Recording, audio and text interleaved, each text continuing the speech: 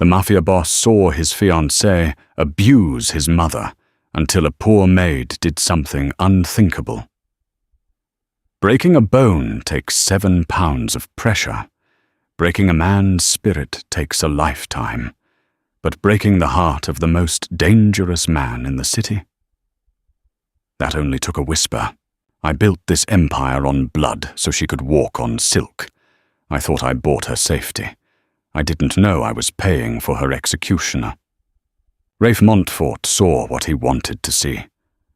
Until the girl nobody noticed, the maid with the holes in her shoes, forced him to look at the monster sleeping in his bed.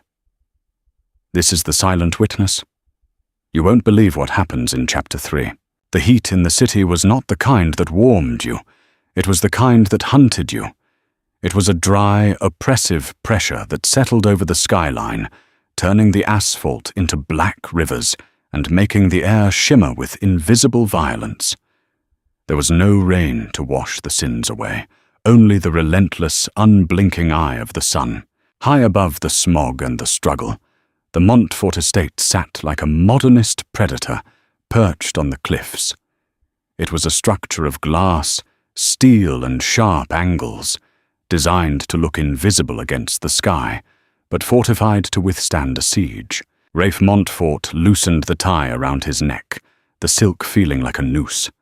The elevator doors slid open with a hushed whoosh, depositing him into the penthouse foyer. He carried the scent of ozone and gunpowder, a lingering perfume from a meeting at the docks that had gone decisively south. "Rafe, is that you, darling?" The voice was crystalline, light, and perfectly pitched to soothe a savage beast. Elena drifted into the hallway, her heels clicking softly on the imported marble. She looked like a statue brought to life by a desperate artist. Blonde hair pinned in an intricate twist, a dress of pale cream that hugged curves bought with Rafe's money. Rafe let out a breath he didn't know he was holding.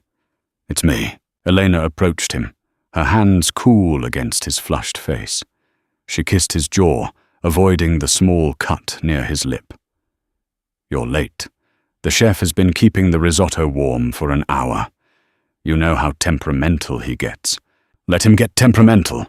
I pay him enough," Rafe grunted, walking past her toward the expansive living area. The living room was a testament to cold luxury.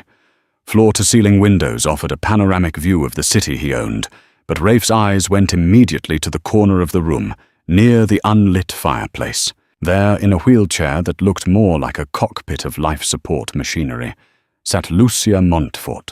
Rafe's demeanor shifted instantly. The predator vanished, replaced by a weary son. He knelt beside the chair, taking his mother's withered hand in his. Lucia had been a force of nature once, a woman who had stared down rival dons while holding a baby on her hip. Now, a stroke had locked her inside her own body, leaving her paralyzed on her right side, her speech reduced to slurred fragments that only the patient could decipher. "Mama," Rafe whispered, kissing her knuckles. "Did you eat?" Lucia's eyes, dark and frantic, darted from Rafe to Elena. She made a guttural sound, her left hand trembling as it lifted slightly.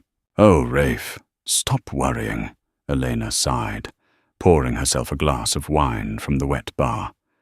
She ate beautifully. I fed her myself, pureed pears and the soup. She's just tired. It's the heat, I think. It makes everyone irritable. Rafe looked closely at his mother. Her skin was papery, translucent.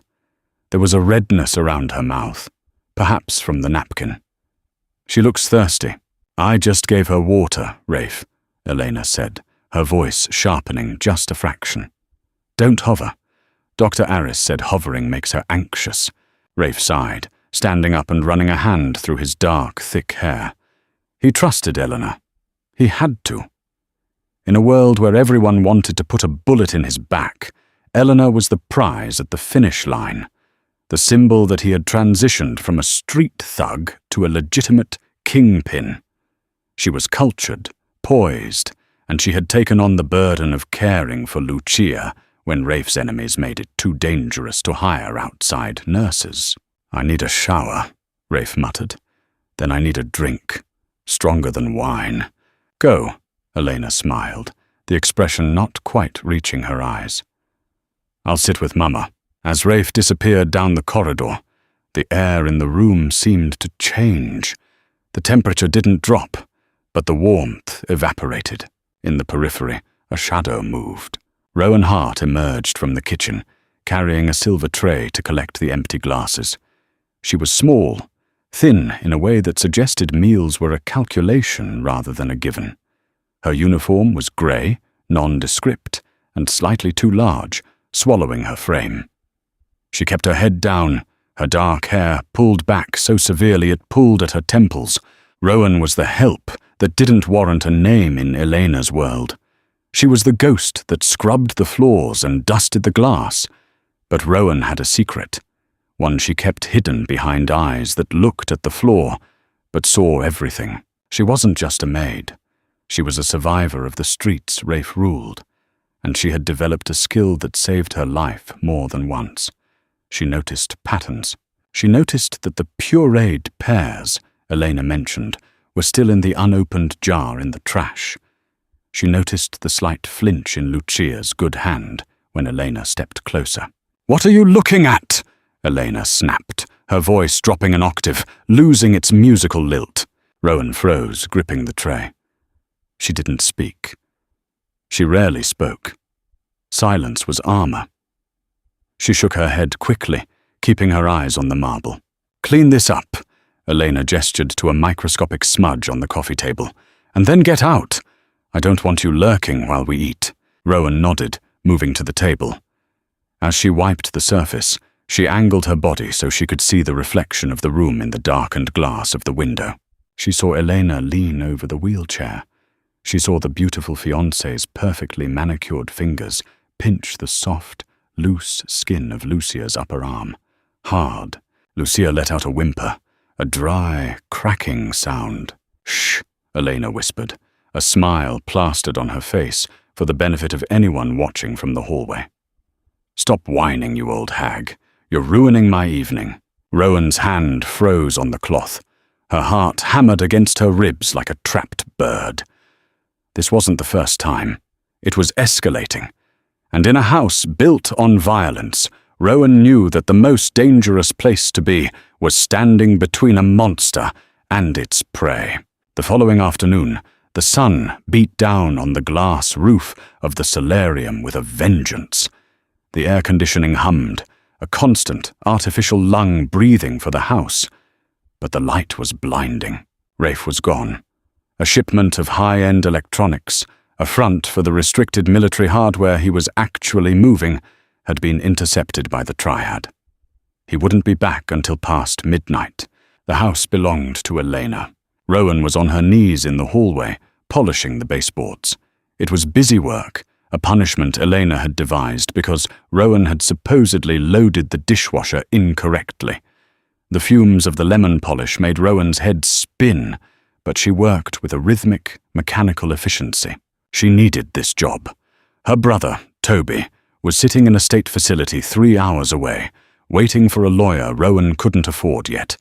Every dollar she earned at the Montfort estate was a step toward his freedom. Losing this job meant losing Toby.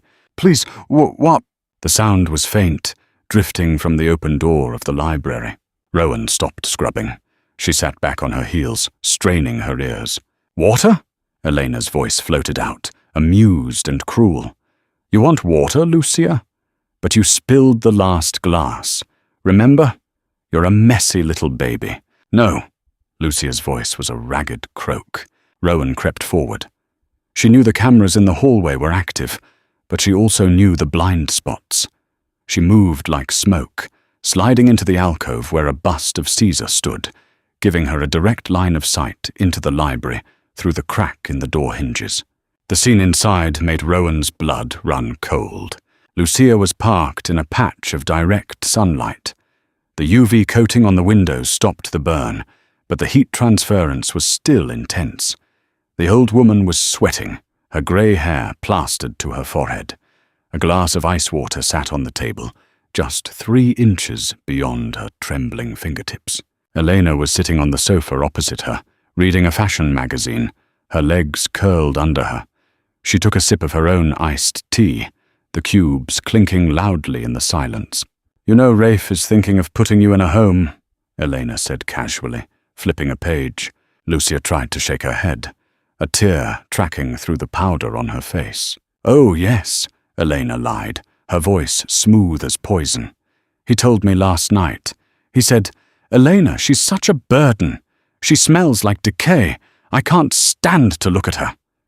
He wants to send you to that place, down by the docks, the one where the nurses tie you to the bed.'"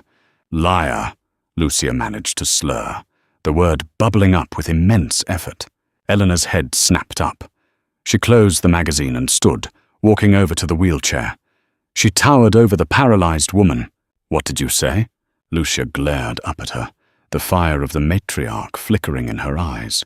Elena laughed, a sharp, brittle sound. She reached out and grabbed the glass of water. Lucia's eyes followed it. "Desperate. You're thirsty," Elena cooed. She tipped the glass. Rowan gasped silently. Elena poured the ice water slowly onto the expensive Persian rug, right next to Lucia's wheel. The water soaked into the wool, wasted. "Oops," Elena smirked. "Clumsy me. Now look what you made me do.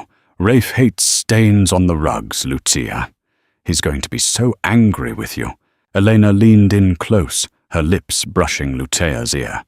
"If you try to tell him, I'll tell him you attacked me. I'll bruise myself. I'll cry. Who do you think he'll believe? The drooling invalid or his future wife?" Rowan backed away, her hands trembling. She retreated to the linen closet, burying her face in a stack of towels to stifle a scream of frustration. It was psychological dissection. Elena was dismantling Lucia piece by piece, isolating her, making her feel unloved and terrified in her own home. Rowan looked at her own hands. They were red, chapped from scrubbing. She was nobody. She was poor. She had a brother in jail. If she spoke up, Elena would fire her instantly, or worse, frame her for theft. Rafe Montfort didn't handle thieves with police reports. He handled them with boat rides to nowhere. But Rowan remembered something. She remembered when she was a nursing student, before the debt and the addiction in her family derailed her life. She remembered the Hippocratic oath. Do no harm. But there was another rule she lived by now. Silence is survival. She went back to the baseboards, scrubbing harder, trying to erase the image of Lucia's desperate eyes. But the image wouldn't fade. Later that evening, as Rowan was taking the trash out to the rear service entrance, she saw Rafe's car pull into the drive. He was early. She watched from the shadows of the garage. Rafe didn't go inside immediately. He stood by the hood of his black sedan, lighting a cigarette. He looked exhausted, his shoulders slumped. He looked at the massive house like it was a prison he had built for himself. He loved his mother. Rowan saw it in the way he looked at her, the way he defended her dignity. If he knew, he would kill Elena, and then he would go to prison. And Lucia would be truly alone. Rowan realized then that simply telling him wasn't the answer. Words were wind. Elena was a master manipulator. Rowan needed evidence. She needed undeniable, concrete proof. She touched the pocket of her apron. She didn't have a smartphone. Hers was a burner flip phone. Strict rules of the house. No cameras allowed for the staff. She had to be smarter. She had to use the house against Eleanor. The opportunity didn't come for 3 days. 3 days of watching Elena pinch, starve, and torment Lucia. 3 days of Rafe coming home late, smelling of smoke and guilt, apologizing to a mother who was too terrified to look him in the eye because Elena was standing right behind him, smiling that shark-like smile. The tension in the house was a physical weight. The air conditioning had malfunctioned in the West Wing, and the heat was encroaching, making the walls sweat. Rowan was in the kitchen, prepping vegetables. Her knife skills were precise, terrifyingly fast. Chop, chop, chop, you girl. Rowan paused. Elena was standing in the doorway, wearing a silk robe. It was 2 p.m. Yes, Miss Vane? Rowan asked, keeping her voice flat. I need you to go to the pharmacy. Mama's medication needs a refill, and pick up my dry cleaning. Elena tossed a set of keys and a credit card onto the counter. Take the service car. Don't take all day. Rowan looked at the keys. Miss Vane, Mr. Montfort gave strict instructions that only his security team handles the medication. Elena's face contorted. Mr. Montfort is busy fighting a war, you idiot. The security team is guarding the perimeter because of the threat level. Do you want his mother to die because you're too scared to drive a Honda? No, Miss Vane. Then go. Rowan took the keys. But she didn't leave immediately. She walked to the garage, started the service car, and drove it around the block. She parked it 3 streets away, hidden behind a row of hedges. She wasn't going to the pharmacy. She knew there were enough pills left for 2 days. She had counted them while cleaning the bathroom that morning. Eleanor wanted Rowan out of the house. Why? Rowan slipped back onto the property through a gap in the perimeter fence, a gap she had discovered months ago, where the ground had shifted due to the drought. She moved through the gardens, avoiding the motion sensors she had memorized. She re-entered the house through the basement laundry chute, a tight squeeze that scraped her elbows raw, but she landed silently in the pile of linens in the utility room. She crept up the service stairs. The house was silent. Too silent. She reached the second-floor landing. The door to Lucia's room was ajar. Rowan peered inside. The room was empty. Panic flared in her chest. Had Eleanor hurt her? Had she finally done something permanent? Rowan moved to the master bedroom. Empty. The living room. Empty. Then she heard it. A splash. The indoor pool. The pool was located in the sub-level, a cavernous room of blue tiles and echoing acoustics. Rafe rarely used it. Rowan moved to the heavy glass doors overlooking the pool deck. She stayed low, hidden by a large potted fern. Down below, Elena was pushing Lucia's wheelchair along the very edge of the deep end. The brakes were off. Elena was talking on her phone, her back to Lucia. Yes, I know. No, listen to me, Marco. He suspects nothing. The old bag is deteriorating fast. One slip, a tragic accident, and the inheritance isn't split. It's all his. And when I marry him next month, it's ours. Then we can deal with Rafe. Rowan felt a chill that had nothing to do with the air conditioning. Elena wasn't just cruel, she was conspiring. Marco. That was the name of the underboss of the Cipriani family, Rafe's sworn enemies. Elena wasn't just a gold digger. She was a plant. A black widow sent to dismantle the Montfort empire from the inside out. Eleanor laughed into the phone, and with her free hand, she gave the wheelchair a tiny, playful nudge toward the water. The front left wheel hovered over the abyss. Lucia gripped the armrests, her mouth opening in a silent scream, her eyes bulging with terror. Hold on, Marco, Elena said. She looked down at Lucia. Scared, Mama? You should be. Rafe is coming home early today. I sent the maid away so we could have some quality time. I'm going to tell him you tried to roll yourself into the pool, that you're suicidal, that your mind is gone. Elena leaned down, her face a mask of demonic glee. He'll have to institutionalize you, for your own safety. Rowan knew she had seconds. If she burst in, it was her word against Eleanor's. Eleanor would claim Rowan attacked them. Rowan was the poor maid with a criminal brother. She was disposable, but Rowan had something Elena didn't. She had the layout of the house, and she understood the technology Rafe had installed. Technology Elena usually ignored. The pool room had a privacy mode, heavy automated blackout shutters that descended over the skylights and windows, turning the room into a pitch-black vault, save for the underwater lights.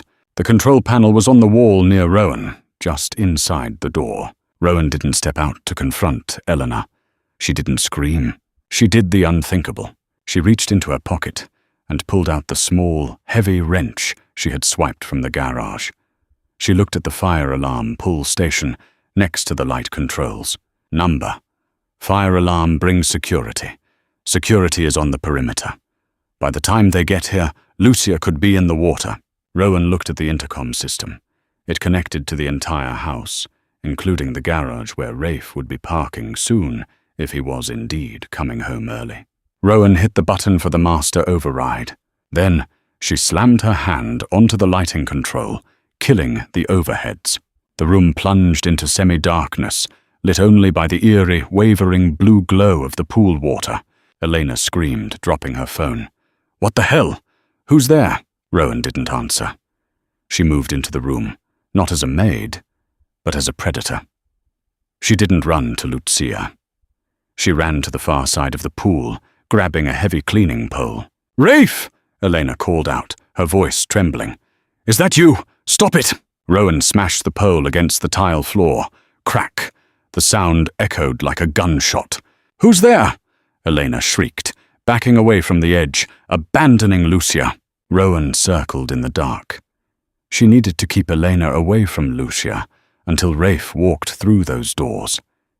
She needed to create a scene of chaos that Elena couldn't explain away with a smile. But then, the unthinkable happened. The door at the top of the stairs opened. A silhouette appeared. Rafe. He was here. Rowan froze. If Rafe saw her holding a weapon in the dark, he would shoot her. He was a man of instinct. Elena saw him too. She instantly dropped to the floor, ripping the sleeve of her own dress. "Help!" Elena screamed, pointing into the shadows where Rowan stood. "Rafe, help! She's crazy! The maid! She tried to push Lucia in. She tried to kill her." Rafe's hand went to his waistband. A gun materialized in his hand. He leveled it at Rowan's shadow. "Step into the light," Rafe commanded, his voice cold as death. Now, Rowan stepped forward, the pool pole in her hand. She looked at Rafe. She looked at Lucia, who was still teetering on the edge of the pool. Rowan knew she couldn't speak her way out of this, so she didn't talk to Rafe. She looked at Elena, and with a speed that shocked even the Mafia Don, Rowan lunged, not at him, but at the wheelchair. "No!"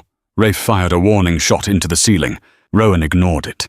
She tackled the wheelchair, not pushing it into the water, but yanking it backward, away from the edge, so hard that she and the chair toppled over onto the safe, dry tiles. Rowan took the brunt of the fall, her head cracking against the ceramic. Blood filled her vision. She heard Elena screaming, "See, she attacked her!" Rowan lay on the floor, dazed, shielding Lucia's body with her own. She looked up to see Rafe standing over her, the barrel of his gun centered on her forehead. "Give me one reason," Rafe growled, his finger tightening on the trigger. "Why I shouldn't paint this floor with your brains." Rowan couldn't speak. Her head was swimming.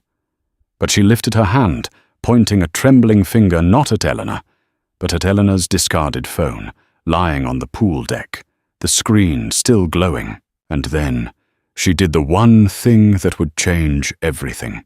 She reached into her apron and pulled out the baby monitor she had hidden in the library 3 days ago. She pressed play. Elena's recorded voice, tiny and tinny but unmistakable, filled the silent pool room. "He wants to send you to that place down by the docks, the one where the nurses tie you to the bed." Rafe's eyes went wide. The gun didn't lower, but his focus shifted. He looked at the maid bleeding on his floor.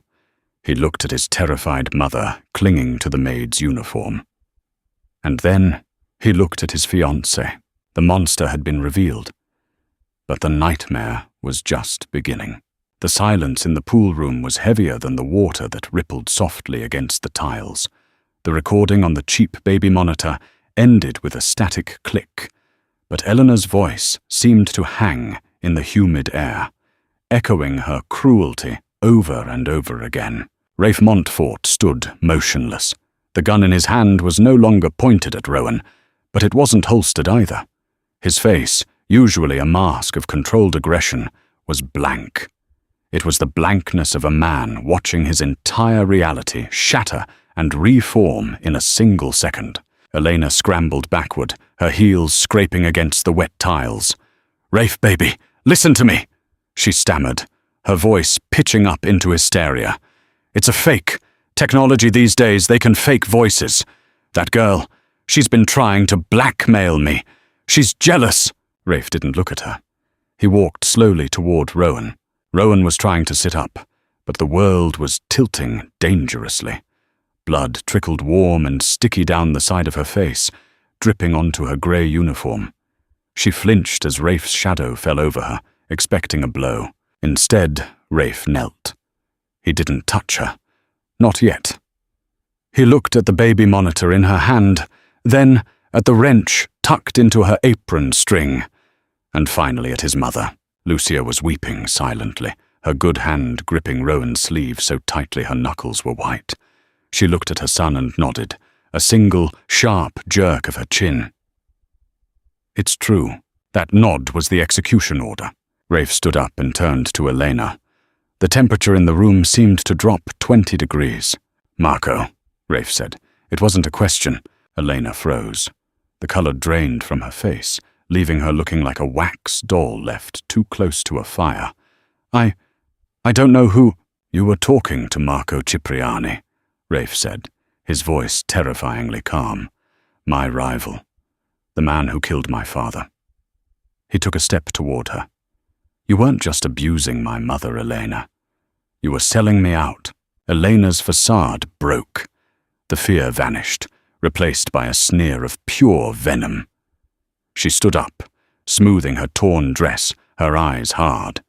"You think you're a king?" she spat. "You're a thug in a suit, Rafe, a street rat who got lucky. You think a woman like me would actually love you. I was the best thing that ever happened to you, and you were too stupid to see I was steering the ship." She laughed, a harsh, jagged sound. "And now? You have nothing. Marco knows the routes. He knows the safe houses. You're already dead." Rafe didn't scream. He didn't rage. He simply raised his wrist and spoke into his watch. "Dante, bring the car around, and bring the containment team. We have a pest problem." Elena's eyes went wide as the heavy doors burst open. 3 men in tactical gear poured in. They didn't treat her like the lady of the house. They treated her like a hostile combatant. As they dragged her away, screaming curses, Rafe didn't even watch her leave. He turned back to the 2 women on the floor. "I need a medic!"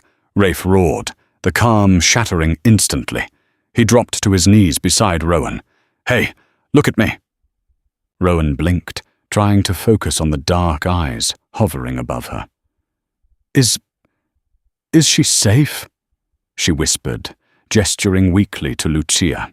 Rafe looked at his mother, then back at the maid who was bleeding on his expensive tiles. A maid whose name he barely knew.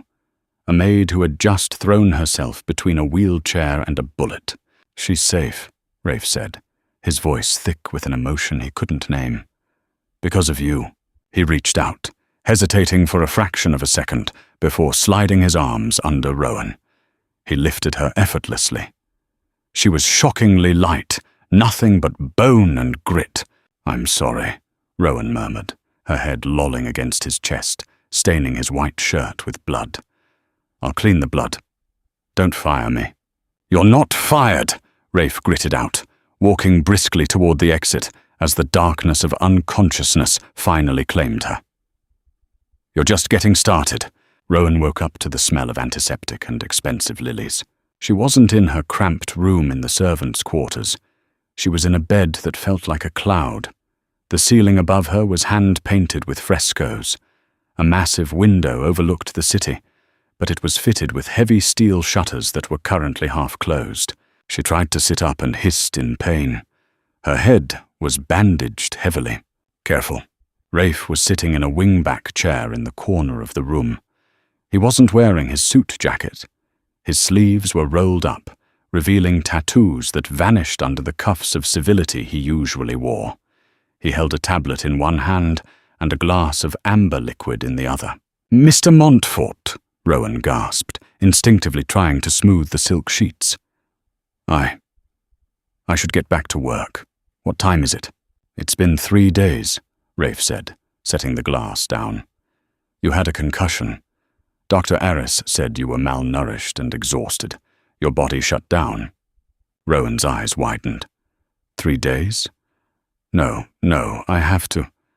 She thought of Toby, the lawyer, the payments.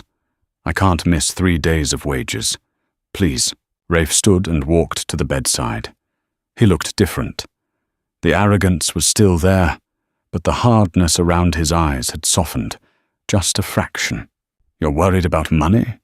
He pulled a folded piece of paper from his pocket and tossed it onto the duvet. Rowan picked it up with trembling fingers. It was a bank transfer receipt. The amount made her dizzy. It was more than she would make in 10 years. I don't want charity, Rowan said, her voice shaking but firm. She pushed the paper back.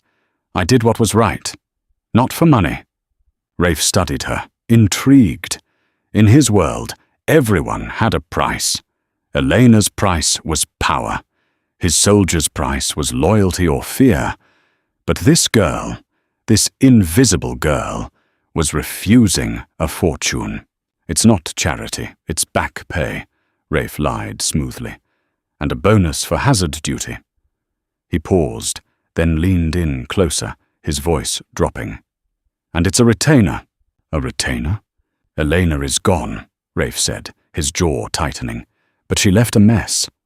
My mother. She won't let anyone else near her. She screams if the nurses come close. She hasn't eaten in 2 days. She's asking for you. Rowan felt a pang in her chest. She remembered Lucia's terrified grip. I want you to take over as her primary caretaker, Rafe said. Officially. No more scrubbing floors. You live in this wing. You eat what we eat. You answer only to me. Rowan hesitated. Mr. Montfort, And, Rafe interrupted, playing his ace card. I looked into your file, Rowan. Rowan went still. You had no right. I have every right. I know about Toby. Rowan flinched as if he'd slapped her. He's innocent. He was just driving the car. He didn't know they were going to rob the store. I know, Rafe said. I read the police report.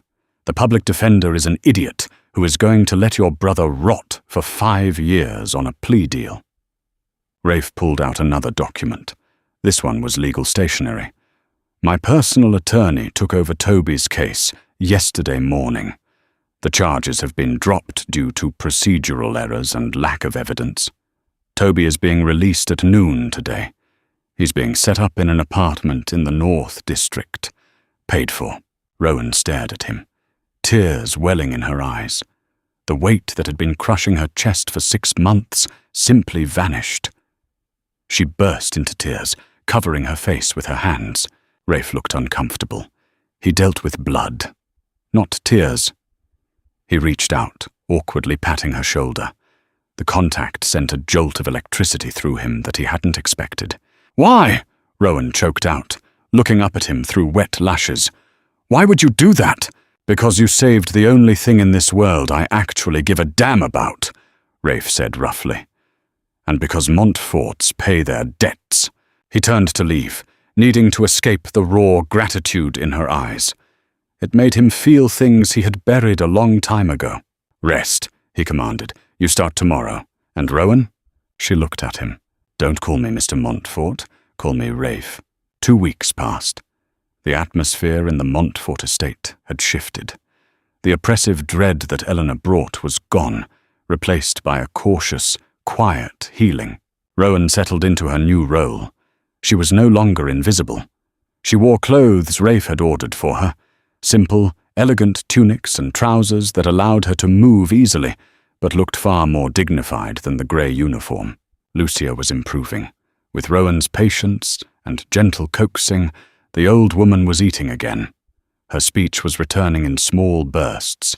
She smiled now, but outside the glass walls, the storm was gathering. Rafe was home more often. He had turned the library into his command center. Rowan would see him pacing, phone pressed to his ear, speaking in rapid-fire Italian, his face thunderous. Elena's betrayal had been deep. She had leaked shipment routes, safe house locations, and banking codes to the Cipriani family. Rafe was bleeding money and influence. He was fighting a war on 3 fronts. One rainy evening, the first rain in months, finally breaking the heat wave, Rowan was in the kitchen making herbal tea for Lucia. The house was dark, the storm casting long, flickering shadows against the walls. She sensed him before she saw him. Rafe was standing in the doorway, leaning against the frame. He looked exhausted. His shirt was unbuttoned at the collar, his hair wet as if he'd been standing out in the rain. There was a smear of blood on his cuff, not his own. "You should be asleep," he said, his voice raspy. "Lucia was restless," Rowan replied, pouring a second mug of tea. She slid it across the island toward him. "Chamomile. It helps." Rafe looked at the mug, then at her. He walked over and took it, his fingers brushing hers. His hand was ice cold. "You're good with her," Rafe said softly. "I haven't seen her smile like that in years, even before the stroke." "She just needed to be heard," Rowan said. "Elena treated her like furniture. She's a person." Rafe took a sip of the tea, grimacing slightly at the taste but drinking it anyway. "I was blind. I prided myself on seeing everything, on knowing every angle. And I let a viper sleep in my bed for 2 years. You saw what you wanted to see," Rowan said boldly. "We all do. You wanted peace. Elena promised it to you." Rafe let out a dark chuckle. "Peace. There is no peace for men like me, Rowan. Only pauses between gunfights." He set the mug down and looked at her with an intensity that made her breath hitch. "You're in danger here. You know that, right? Marco knows who exposed Elena. He knows about the Maid." "I'm not afraid," Rowan lied. "You should be." Rafe moved closer, invading her personal space. He smelled of rain, expensive scotch, and danger. "But I won't let them touch you. I've doubled the guard. Nobody gets in." Suddenly, the lights in the kitchen flickered and died. The emergency generators didn't kick in. The house plunged into absolute darkness. "Stay down," Rafe hissed, his hand instantly on her shoulder, pushing her into a crouch behind the marble island. "What is it?" Rowan whispered, her heart hammering. "The power cut wasn't weather," Rafe said, drawing his weapon. "The generator has a manual override. Someone is inside." Rowan's mind raced. The perimeter was secure. The guards were loyal. "Unless the new security codes," Rowan whispered. "Elena knew the old system. Did you change the physical key cards for the service entrances?" Rafe cursed silently. "The tunnel. The old wine cellar delivery tunnel. We haven't used it in years. I didn't think to resecure the physical lock." A crash echoed from the main foyer. Glass shattering. Then the distinct thwip-thwip of silenced gunfire. "They're here for Lucia," Rafe said, his voice hard as steel. "They know I'm vulnerable when she's here." He grabbed Rowan's arm. "Listen to me closely. You know this house better than anyone. Better than me, in the dark." Rowan nodded, terrified but focused. "Take the service stairs. Get to my mother. Get her to the panic room in the master closet. Lock it from the inside. Do not open it for anyone but me. If I don't come for you in an hour, there's a phone in there. Call the number on the sticky note. It's a cleaner. He'll get you and Toby out of the country." "What about you?" Rowan asked, gripping his hand. Rafe looked at her, and for the first time he smiled, a genuine, reckless smile of a wolf baring its teeth. "I'm going to introduce our guests to the renovations." He released her hand and melted into the shadows. Rowan didn't wait. She kicked off her shoes to move silently and sprinted for the service stairs. She wasn't a maid anymore. She was the keeper of the castle, and she wasn't going to let anyone hurt Lucia again. As she reached the second floor, she saw a shadow at the end of the hallway. It wasn't Rafe. It was a man in black tactical gear, holding a rifle. He was heading straight for Lucia's room. Rowan looked around frantically. She had no weapon, no wrench, but she had the house. She spotted the heavy antique tapestry hanging on the wall, a massive thing held up by a thick brass rod. The intruder was walking right under it. Rowan lunged for the release cord of the tapestry, hidden behind the velvet drapes. She yanked it with all her weight. The heavy brass rod detached. The tapestry, weighing 50 pounds, collapsed on top of the gunman, entangling him in heavy wool and dust. He shouted, his rifle firing blindly into the ceiling. Rowan didn't stop. She ran into Lucia's room. The old woman was awake, eyes wide with terror in the dark. "It's okay, Mama," Rowan whispered, using the name she hadn't realized she'd adopted. "We're playing a game. We have to hide." She unlocked the wheelchair brakes and began to push. But as she turned toward the panic room, the door to the bedroom was kicked open. The man from the hallway had untangled himself. He stood in the doorway, blood running from his nose, his rifle raised. "Nowhere to run, bitch," he growled. Rowan stood in front of Lucia, spreading her arms. It was a futile gesture, but it was all she had. The man's finger tightened on the trigger. Bang! The shot was deafening in the small room. Rowan flinched, waiting for the pain, but it was the gunman who dropped. He fell forward, revealing Rafe standing behind him in the hallway, his gun smoking, his face a portrait of cold, calculated fury. He stepped over the body, walking straight to Rowan. He didn't check the gunman. He grabbed Rowan's face in his hands, his eyes scanning her for injuries. "Did he touch you?" Rafe demanded, his voice shaking. "No," Rowan breathed. "We're okay." Rafe pulled her into a hug, fierce and desperate, burying his face in her neck. For a moment, the boss of the city was just a man holding on to the only light he had left. "It's not over," Rafe whispered against her skin. "This was just the first wave. Marco isn't sending messages anymore. He's coming for the throne." He pulled back, looking into her eyes. "I have to leave. I have to finish this tonight. If I stay here, I draw fire to you." "Where are you going?" "To burn the city down," Rafe said, "until there's no place left for Marco to hide." He kissed her forehead, a promise and a goodbye, and turned to leave. But Rowan grabbed his wrist. "Come back," she said fiercely. "You owe me, remember?" Rafe looked at her, and the ghost of a smirk touched his lips. "I always pay my debts." He disappeared into the dark, leaving Rowan standing over a dead body, realizing that she had fallen in love with a monster. But perhaps he was the monster she needed. The sun rose over the city like a bruised eye, purple and swollen. The storm had passed, leaving the streets dry and the air thick with the smell of ozone and distant fires. The heat returned with a vengeance, baking the moisture out of the concrete before noon. Inside the Montfort estate, the silence was deafening. It wasn't the peaceful silence of a library. It was the held-breath silence of a bunker waiting for the bomb to drop. Rowan hadn't slept. She had moved Lucia back into her suite, barricading the doors and instructing the remaining guards to patrol in tight, overlapping shifts. Rafe had been gone for 12 hours. There had been no phone calls, no messages, just the news reports on the television. A warehouse fire in the industrial district, a gang-related shooting near the docks, a car explosion on the bridge. The city was burning, just as he had promised. Rowan paced the living room.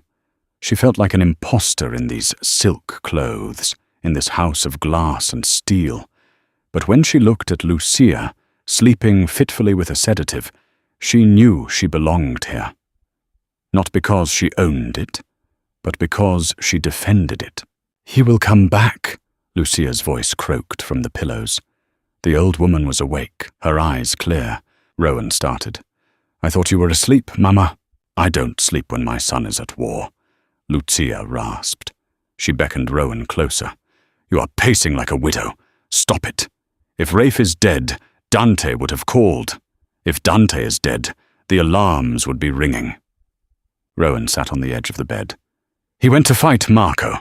Marco has an army. Rafe has anger." "Rafe has you," Lucia said, surprising her. "And he has his father's safe." The safe? Lucia pointed a trembling finger toward the walk-in closet, where Eleanor had kept her endless rows of designer shoes. Eleanor never looked. She was too busy looking at herself in the mirror, behind the shoe rack. The panel. Loose, Rowan frowned. She went into the closet, pushing aside the rows of expensive stilettos that Elena had left behind. She found the panel Lucia described. It was barely visible, integrated into the mahogany shelving. She pried it open with a nail file. Behind it was a small, keypad-locked safe. "The code," Lucia called out, her voice stronger now. "Is his birthday. And yours." Rowan froze. "Mine? He doesn't know my birthday." "He knows everything," Lucia said. "Try it." Rowan typed in Rafe's birth date. She had seen it on his documents. Then, with shaking fingers, she typed in her own. "Beep, the lock disengaged." Inside there was no money, no gold. There was a single, black hard drive, and a thick leather ledger. Rowan opened the ledger. It wasn't accounting. It was blackmail. Detailed, meticulous records of every judge, police chief, and politician on the Montfort payroll. But more importantly, it contained the Cipriani family's weakness. Rafe had been gathering this for years. He hadn't used it because it was the nuclear option. Using it would destroy the delicate ecosystem of the city's underworld, bringing the federal government down on everyone, including himself. It was a suicide vest. Rowan realized then why Rafe had left it here. He hadn't gone to burn the city down with bullets alone. He had gone to draw fire, leaving the real weapon here, safe. If he died, he wanted Rowan to have the leverage to bargain for her life, or to destroy them all. Suddenly the intercom buzzed. It wasn't the front gate, it was the service entrance. "Delivery for Miss Hart," a voice crackled. Rowan's blood ran cold. She hadn't ordered anything. She pressed the talk button. "Who is it?" "A friend of Eleanor's," the voice purred. It was smooth, cultured, and terrifying. "Marco Cipriani. He was here. Rafe hadn't stopped him." Rowan looked at the monitor. A single black SUV was parked at the service gate. Marco was standing there alone, holding a white flag. "I just want to talk, Cara," Marco said to the camera, "about the terms of your surrender and the return of my property." He meant the hard drive. He knew. Rowan looked at the ledger in her hands. She looked at Lucia. She realized she was no longer just the caretaker. She was the acting Don. She pressed the button. "Let him in, but strip him of weapons. If he twitches, shoot him." Marco Cipriani sat in the living room like a king, holding court in a conquered land. He was older than Rafe, with silver hair and a suit that cost more than Rowan's entire childhood home. He didn't look like a gangster. He looked like a COO. Rowan sat opposite him. She had placed the ledger on the coffee table between them. A gun, Rafe's spare, lay next to it.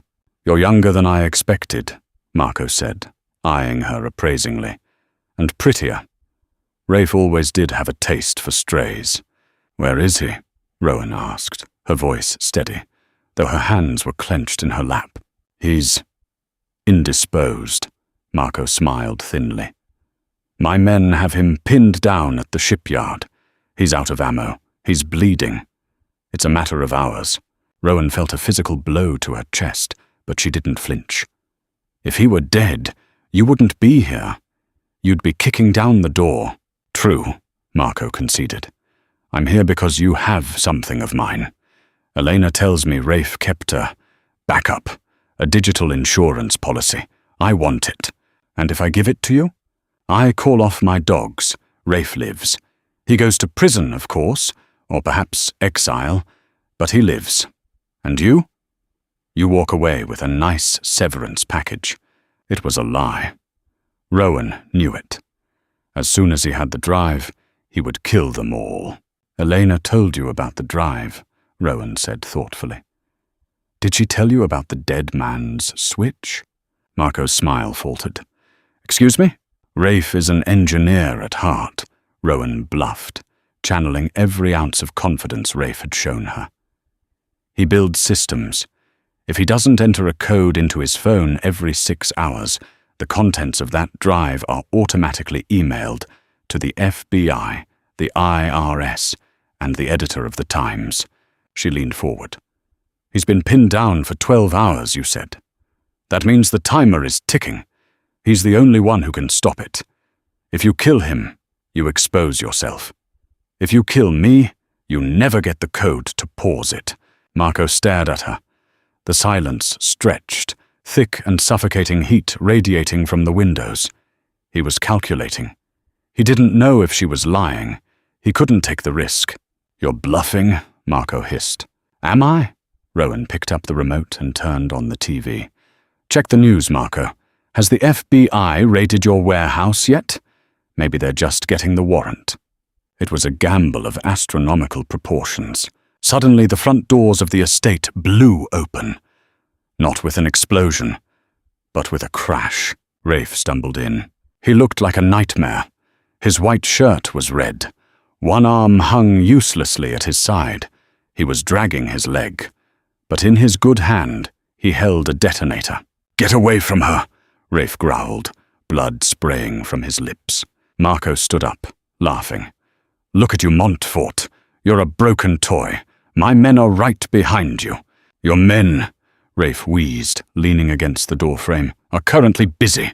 He pressed the button on the detonator. A massive boom shook the ground. Far in the distance, toward the shipyard, a pillar of black smoke rose into the dry, scorching sky. I didn't lure them there to fight them, Rafe said, a terrifying grin spreading across his bloody face. I lured them there to trap them. The shipyard is rigged, Marco. I just dropped the crane on your entire fleet. Marco's face went purple. He reached into his jacket, not for a gun, but for a knife. He lunged at Rafe, who was too weak to dodge. No, Rowan screamed. She didn't grab the gun on the table. She grabbed the heavy crystal decanter of scotch and threw it. It smashed into the side of Marco's head, shattering.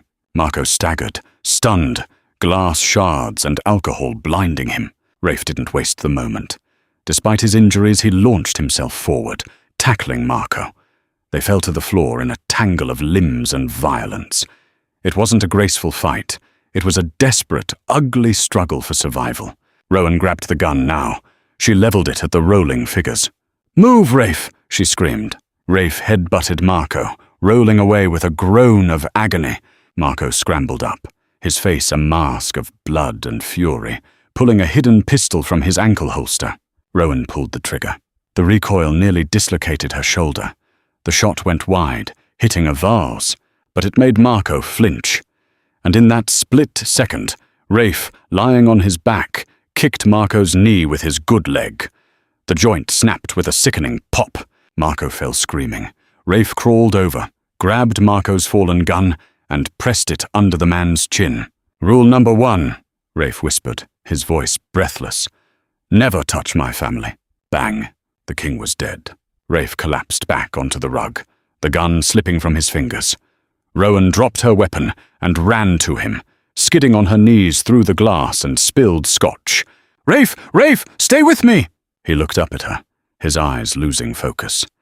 He reached up, his bloody hand cupping her cheek. Did you use the ledger? No, Rowan sobbed, pressing her hands against the wound in his side to staunch the bleeding. I bluffed him. I told him there was a dead man's switch. Rafe let out a weak, wheezing laugh. Smart girl. I knew. I picked the right one. His eyes rolled back. Rafe! Rowan screamed, looking around the empty room. Help! Somebody help! But there was no one. Just the two of them, the dead boss, and the silence of a house that had seen too much. Rowan realized she couldn't wait for a doctor. She had to save him herself. The recovery was slow. The summer turned into a dry, rust-colored autumn. The leaves fell from the trees in the garden, crunching underfoot like brittle bones. Rafe had survived. The bullet had missed his liver by millimeters. It had been Rowan who stitched him up on the living room floor. Rowan who had transfused her own blood into him, using the emergency medical kit in the safe room before the ambulance finally arrived. He owed her his life, twice over. The Montfort estate was different now. The guards were still there, but the atmosphere had changed. The fear was gone. Rowan walked through the garden, pushing Lucia's wheelchair. The old woman was recovering remarkably well. She could speak in full sentences now, and the therapy Rowan supervised was returning sensation to her right arm. Rafe was sitting on the stone bench near the fountain, which had been drained for the winter.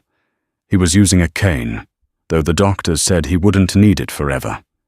He watched them approach, his dark eyes following Rowan's every movement. "The lawyer's called," Rafe said as they stopped beside him. "And?" Rowan asked, locking the wheelchair brakes. "The transfer is complete. The legitimate businesses, the shipping, the real estate, the tech firms are all in a trust. The illegal assets, dissolved. Sold off. Burned."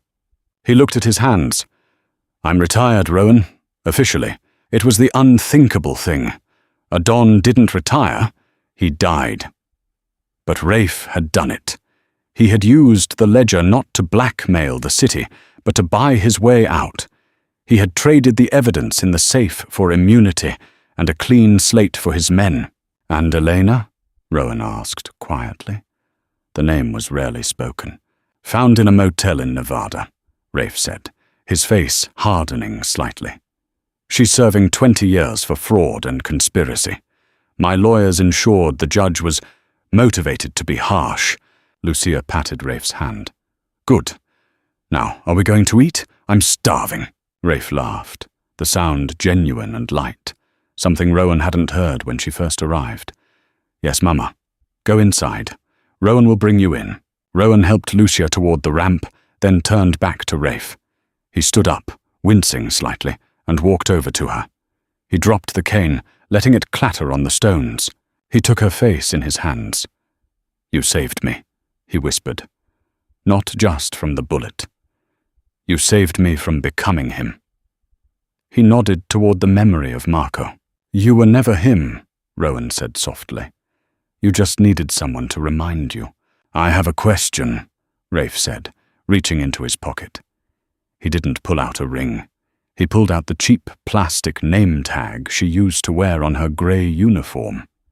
"Rowan, I kept this," he said, "to remind me that the most important person in the room is usually the one nobody sees."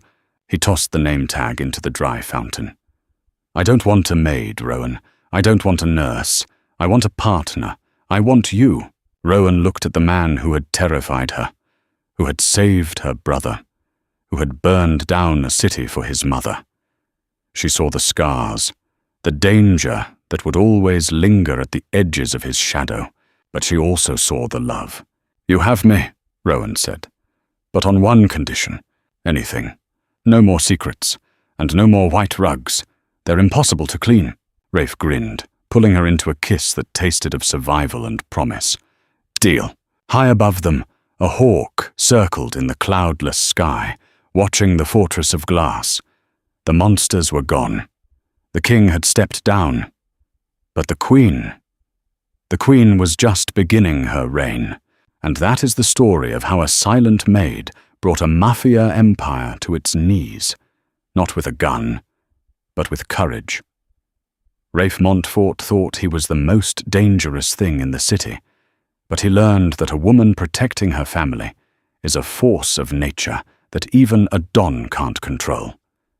If you loved the twist where Rowan used the baby monitor, or if your heart stopped when Rafe walked into that pool room, hit that like button right now.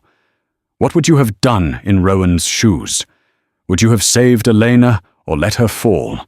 Let me know in the comments below. Don't forget to subscribe and ring the bell so you never miss a story. We have a new thriller coming next week, titled "My Husband Sold My Twin Sister to the Yakuza." And trust me, you won't want to miss the ending. Thanks for watching.